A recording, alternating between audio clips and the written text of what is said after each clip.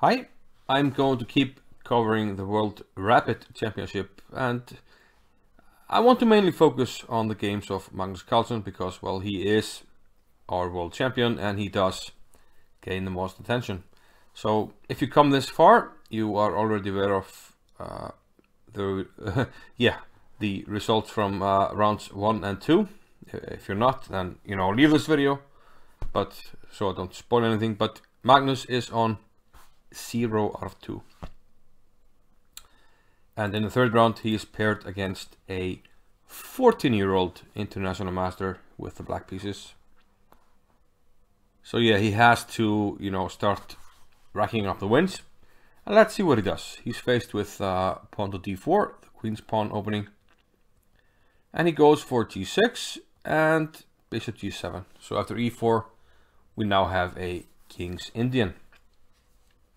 So yeah, the intention is clear. Carlsen is obviously playing for a win.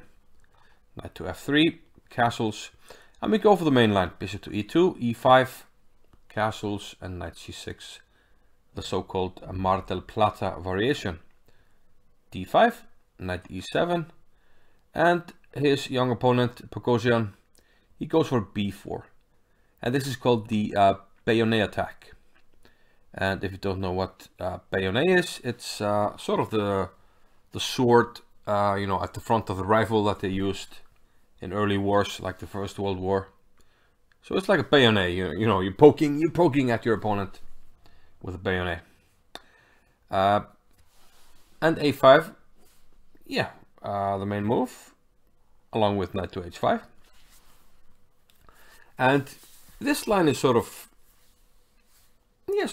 historically important because there was a period when the King's Indian almost vanished from top level, and it was mostly due to this line, the bayonet attack, because players like Kramnik and Sokolov, they were playing this with great effect. But as the years went on, I misclicked. As the years went on, the black side managed to find some ways to create play, and it seems that the world champion is happy to play this. So bishop a3.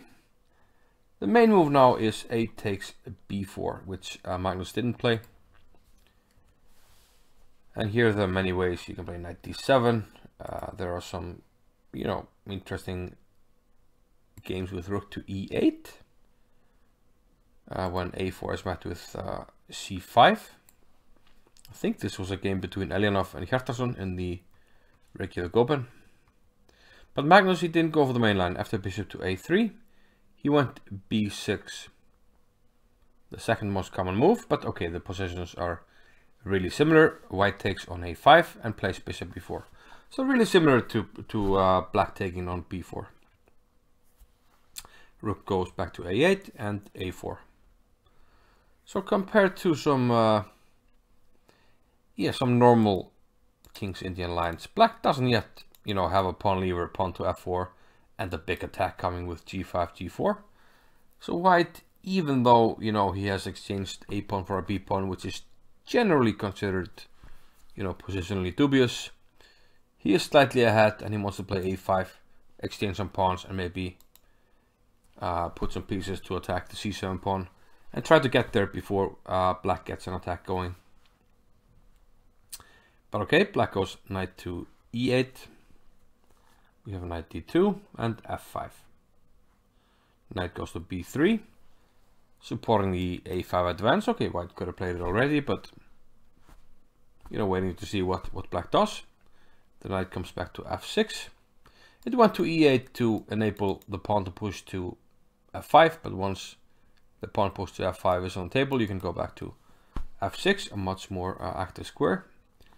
f3 now, fortifying the e4 pawn, and bishop h6. So this bishop that was, on a blunted diagonal, it now goes to a much better diagonal, maybe eyeing the e3 square, so queen to d3, preventing that. Knight to h5. So Carlsen wants to play on the king's side, naturally, as black very often does in the King's Indian. We have g3, And now f takes e4, which actually is a novelty, although we didn't have many games in this particular position. There was one game where I thought I had it here in my database, but I don't see it now.